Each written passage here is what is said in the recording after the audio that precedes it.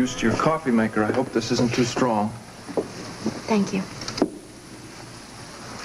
Are you feeling any better? It was just such a shock, hearing the phone call that I made to the FBI. Tell me what made you hang up. I sensed the trouble that I would be in if I completed the call. I see. I put you and Bobby in a bad spot too, didn't I? Oh, we can handle that. But I let you both down. Why do I make such a mess of everything? Look, Laura, this is over and done with. Just don't brood about that. Can you convince Mr. Smith that I won't go to the authorities? I'll do my damnedest. I can't believe this is happening to me. It's like the movies or something. Laura, this is real. This is real. All you have to do now is be cool. Don't go anywhere alone. How can I explain that to Scotty? Look, I don't know. You tell him anything, but I don't want you to go into the street alone. And I'll make sure you get home safely after work if he can't pick you up, because I know he's busy cramming for his bar exams. Okay. Okay, I'll try to be careful. I just hope that I don't run into Mr. Smith or that Bill Watson. He gives me the shivers. I know. Look, there's one more thing. Last night when I stole the tape from Mr. Smith's den, I had to get more involved with Jennifer than I wanted to. Involved? How? Well, I needed her help to get out of the house. They had guards all around looking for a prowler. So I made up a story. I told her that I'd come back to the house to be alone with her. And now I think she's falling in love with me or something. But I just needed her help to get out of the house without tripping the alarms. What you do in your personal life is no concern of mine.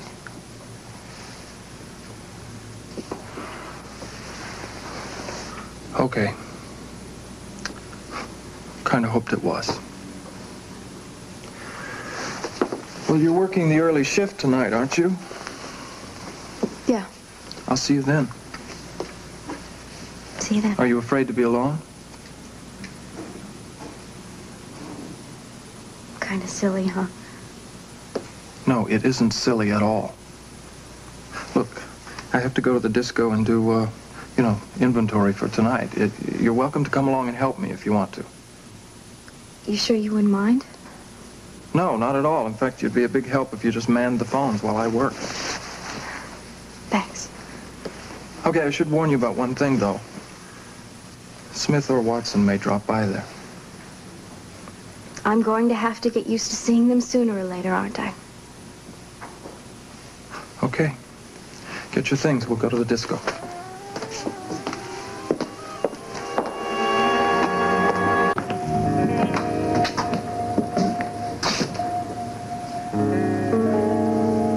Well, you're back.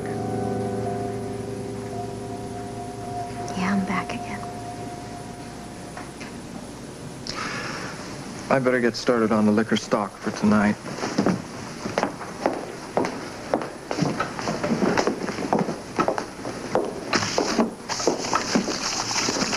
It's freezing in here, Luke. I'll turn the heat up.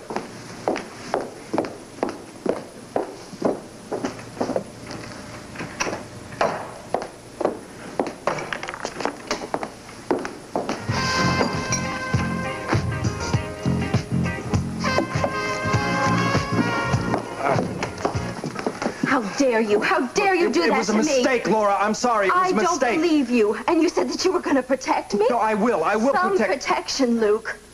I mean, how can I expect to get any kind of protection from a man who'd do what you did to me? Laura, that was a mistake. Now listen to me. I am not going to listen to you. How do I know that you didn't just make this whole thing up? How do I know that you didn't bug my phone? See, I don't know anything for certain. As a matter of fact, I am going to go to Scotty and I'm going to tell him everything, bar exam or no bar exam. You do that and you're going to put his life in danger too. Then I will go to Lee. He will know what to do, and they wouldn't dare touch a man like Lee Baldwin. Don't be a fool. Nobody is above them. It's not just Smith. It's an entire organization. And they play for keeps. Nobody is going to be safe if you tip this thing, Laura. Not even Lee Baldwin.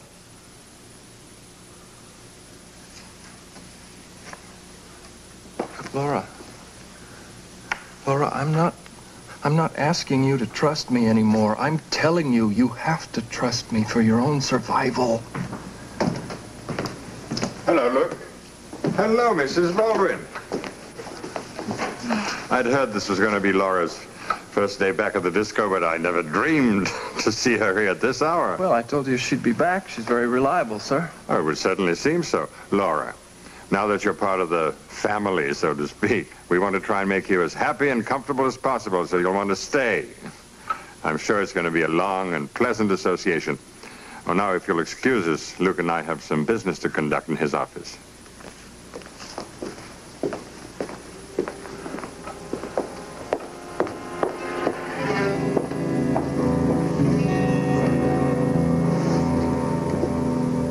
Want that extra bank of lights. Is that clear? Okay. Fine. Thank you. I'm sorry about that, sir. It's very difficult to make the arrangements for the Las Vegas opening over the phone. I'd say you're doing a wonderful job. Thank you. It will be ready, but I just want to make sure it's right. Jennifer's looking forward to the opening. I hope you are, too. Oh, very much.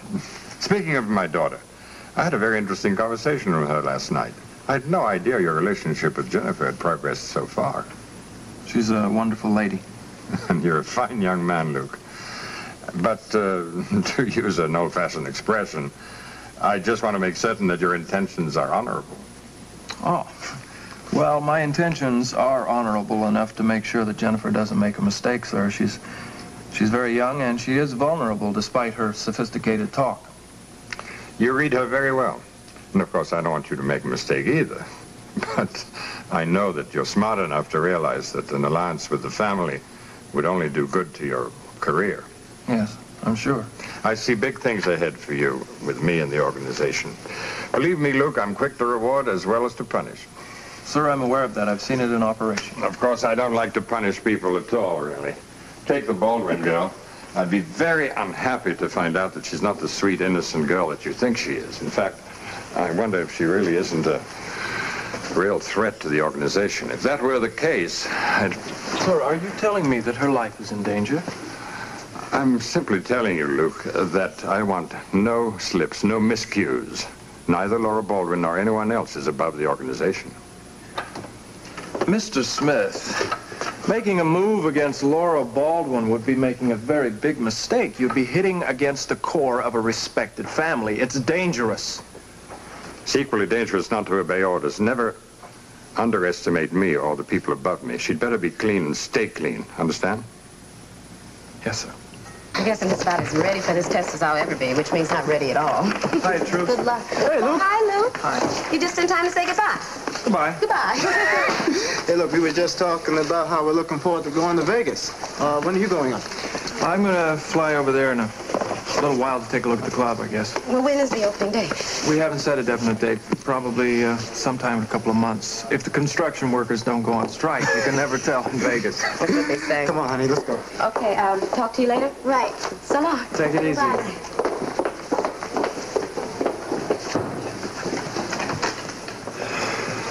You don't look very happy. No. Look, I have a meeting this afternoon at Smith's house. I have to take that tape back, return it, the one with your phone call to the FBI. I'm going to try to slip it into his desk today. Will you hold a good thought for me? I'm sorry that you have to take that kind of chance. Thank you. Look, I've been giving this thing some thought, trying to find a way out of this mess. I may have come up with something. What? You're not going to like it, okay?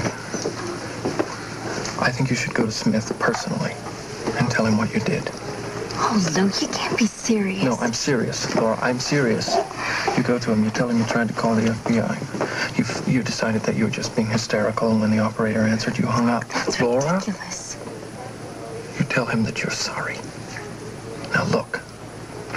The Baldwin's law firm is working for him. A man like your father-in-law would never take him on as a client without checking him up and down. They have checked him. They've come up with nothing. He has credibility, Laura. Look, no, You listen to me. You go to him.